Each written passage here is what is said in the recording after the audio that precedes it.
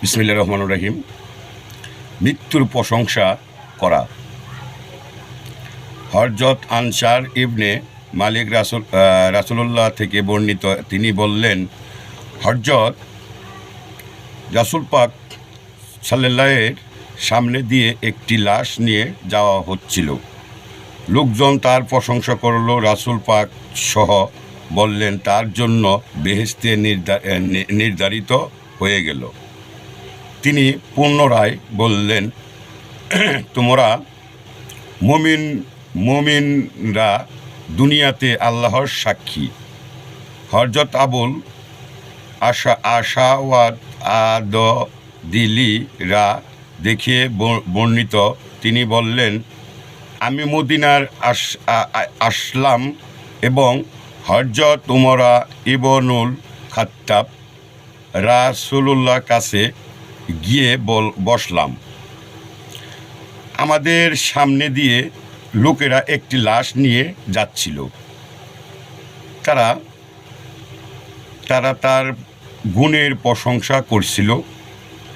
হযরত উমর রাসূলুল্লাহ বললেন, নির্ধারিত হয়ে গেল, আমি তাই বলেছি যা হযরত রাসূল পাক সাল্লাল্লাহু বলেছেন। তিনি বললেন, কোন মুসলমানের পক্ষে 3 জন লোক ভালো সাক্ষী দিলে তার জন্য বেহেশতে নির্ধারিত হয়ে যায়। হযরত উমর রাসূলুল্লাহ বললেন, আমরা জিজ্ঞেস করলাম যদি 2 জনের রূপ সাক্ষী দেয়? তিনি বললেন, 2 জনে দিলেও। হযরত উমর রাসূলুল্লাহ বললেন, এতপর আমরা 1 জনের সাক্ষীর কথা জিজ্ঞেস করিনি। আমাদেরকে হযরত আবু হুরায়রা রাসূল থেকে বর্ণিত, তিনি বললেন, হযরত রাসূল পাক সহ ইরশাদ করেন, কোন মুসলমানের 3টি শিশু সন্তান মারা গেলে তাকে দুজকের আগুন স্পর্শ করবে না, শুধু শপথ পূর্ণ করার জন্য। হযরত আব্দুল্লাহ ইবনে মাসউদ থেকে বর্ণিত, তিনি বললেন, রাসূল পাক সহ ইরশাদ করেছেন, যে ব্যক্তি 3টি নাবালেগ সন্তান আল্লাহর কাছে পাঠিয়েছে,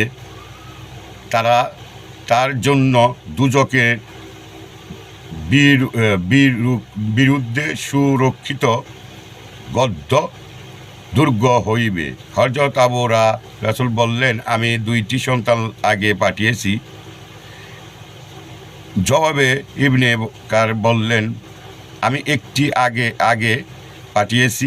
তিনি বললেন, একটি পাঠাইলে কিন্তু এটা শুধু তার জন্যই যে প্রথম আঘাতের ধৈর্য ধরতে হয়। আঘাত যতই করুক ধৈর্য ধরতে হয়। আল্লাহ যেন আমাদেরকে মহান আল্লাহ তাআলা আমাদেরকে তাকে বেহেশতের প্রবেশ করাবেন, এই আমাদের আশা। আল্লাহ যেন সবাইকে ওই মরণকালে যেন দুঃখ পাবে তেমন আর কারো মরণ হইবে না। আল্লাহ যেন আমাদেরকে ঈমানের সাথে মৃত্যুবরণ করেন। ইনশাল্লাহ। ভালো থাকবেন।